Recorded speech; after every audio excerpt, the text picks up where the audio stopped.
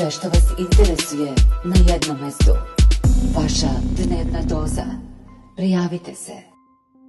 Britansku kraljevsku porodicu potresao je veliki skandal nakon što je princ Harry, 6. u redu za nasleđe prestola, saopštio da se sa suprugom Meghan povlači iz obavljanja kraljevskih dužnosti.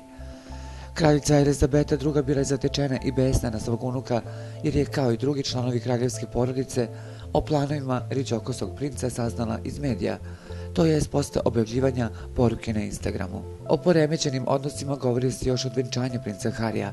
Navodno je princ William bio protiv toga da se Harry venča sa razvedenom američkom glumicom. Posle toga su kolale priče o stalnim sukobima između Meghan i Williamove supruge Kate.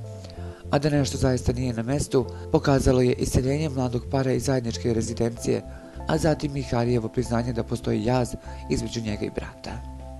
Kada je princ Harry dobio sina Archija u maju, on je sam insistirao da mališa ne dobije nijednu kraljevsku titulu, što je bio nagoveštaj da će se i on odreći svojih prinadležnosti.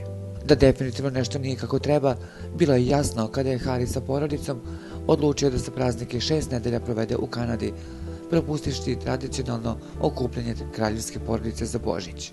Uz to, tokom emitovanja tradicionalnog božićnog kraljičinog govora, bilo je upadljivo da na stolu nema fotografije princa Harrya sa porodicom.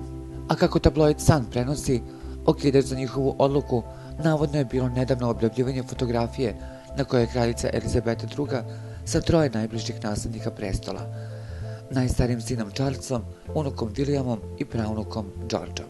Ova slika je najjasniji pokazatelj da se Harry i Meghan ne smatraju delom budućnosti ove institucije. Sa njihovog stanovišta, od tog trenutka nije više bilo smisla da budu tu.